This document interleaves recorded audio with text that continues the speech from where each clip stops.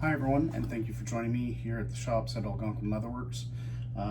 Here with me today is Louis, and what we want to hopefully show you today is how best to take measurements when ordering a custom harness from us.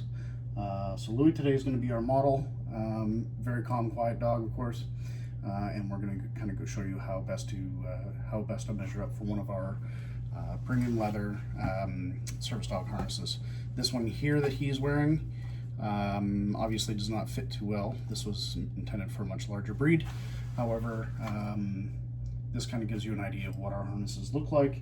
They are all completely custom. They are all individual to your needs and to your friend. So with that said, let's get this harness off and we'll start taking some measurements. We have Louis here. Louis is going to help us with our measurements. What we're going to need primarily is a tape measure. These are your standard sort of sewing kit fabric tape measures. These work really well. If you don't have one of these can be found at dollar stores. Even some grocery stores will have them, oddly enough, as they are pretty common. If you don't have one of these and you have a regular tape measure, one of the metal construction type, you can also just take a piece of string and use that string to take the measurement and then lay this out flat and measure it as well. So primarily, the first thing we need to find out is what the girth measurement is. This is the largest point around the dog's chest. It's typically found. What we want to do is we want to really find definition in where that shoulder is and measure directly behind that. So just taking the measuring tape, draping it down, you know, our friend here, Louis, has a 26.5 inch girth. We don't really need to worry about how tight or how loose this is. There is always adjustment within the harness to take up any overall changes in weight or anything like that. So now that we've got our girth measurement, what I'm going to do is I've just placed a belt. This is just a piece of leather strap I have over where the girth strap would go. If you can imagine how this is going to be on the harness when this comes around, it will sit directly behind the shoulder of that front leg. And this will just kind of help visualize a little bit too on how we're going to take this next measurement through the shoulder. So what I'm going to do is, what I need to do next for the next two measurements is we need to find a point at the center of the chest. It's not super critical where we take this measurement, but we kind of want to take it from the same spot. So typically it's right above the breastbone, right below the neckline. Right there is where we're going to want to start taking our measurement for the shoulder and for the sternum measurement, which we'll take next. So for the shoulder, what we want to do, I'm sorry it's kind of hard to see both sides, but we want to take from that center point, coming across the shoulder and up to where this is going to sit here. So this measurement on Louis, we can say is about a 12-inch, maybe 12.5-inch shoulder measurement from this point. Okay, so the last one, just for the harness component of it, is going to be the sternum. So again, from that same center point, we're going to take the tape measure, start at the center of the chest again there, and we're going to just come down through between the front legs and back to where this girth strap sits at the bottom end. And if we look at Louis here, that's a 9-inch sternum measurement there. So that again, from the center of that chest through the center of the legs to where about that strap. Again, all of these measurements are sort of a baseline that we strive to kind of get that harness to fit. The harnesses do come with a couple of inches of adjustment each way, so if it is a little bit off, that's perfectly fine. We can make those adjustments once you receive the harness, and we can help you with that as well. So with those measurements taken, some of you may want to add a counterbalance handle to the harness. Some of you may be looking for more of a guide style handle or pull straps, and I'll show you how to measure for the counterbalance handle. The easiest way to do this sometimes takes a little bit of help from a friend, but it can be done on your own if your dog can heel beside you, kind of in the position where they would normally be if you were walking with the counterbalance handle. And what you want to do is you want to take sort of the end of the tape measure, okay, and we're just going to pinch it in the palm of our hand,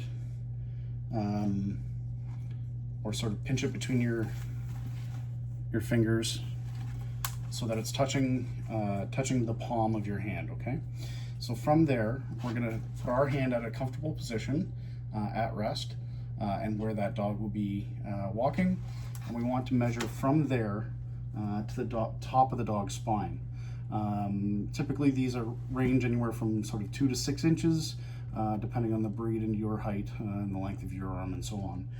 Again, sometimes this can be a little bit easier having a friend help take that measurement where you're kind of standing and they're taking the measurement from your hand to the back of the dog. Okay, other types of handles you might be interested in are possibly one of our rigid guide handles. These are more of a European, or sometimes referred to as a Swedish style handle. These have rigid fixed quick links that attach directly to this point on our harnesses. And so this is sort of that important point, is that top portion of that shoulder. Obviously you wouldn't have the harness with you, but so you can kind of imagine how that would attach from the harness through the bunny ear, and to kind of give you an idea of the length that you may want as a handle. Again, this is sort of sometimes where you might need some help, but if you can kind of imagine, again, taking that measurement from the top of that shoulder on the dog, on the top point of that shoulder, from there out to roughly where you would want the handle. Now with these rigid handles, it's kind of, because these are cut and welded specifically for you, they are not, you know, I do kind of keep certain sizes around kind of that 14 to 17 inch range, which is kind of normal. But again, this is completely up to you. Some people like to have their guide handles up tight, close. Some people like to have the dog walking a little further ahead. And again, having that friend to help you take that measurement can make things much easier as well. Other types of handles or attachments, possibly pull straps. Okay, so again, everything attaches sort of to these points in the shoulder of the harness.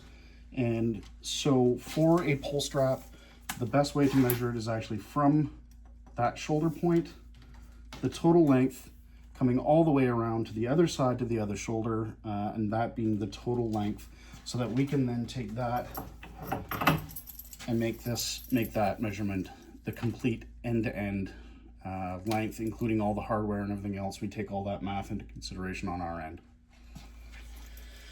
These pull straps, I do make them adjustable, I make them fixed, just depending on your personal preference and how you feel you may be using it. Some of you may be using your harness in a wheelchair, and again, that may be slightly different in the way that this would attach, where at the top, at the center of the back to the side might be where you might want to attach your pull strap. And so taking that complete measurement, again, from end all the way around to the other end is the measurement that we're looking for.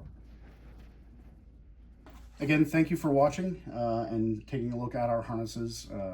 If at any time you have any questions or concerns, or want to discuss a particular harness project with us, please feel free to reach out. You can email us through our website, or give us a phone call from there as well.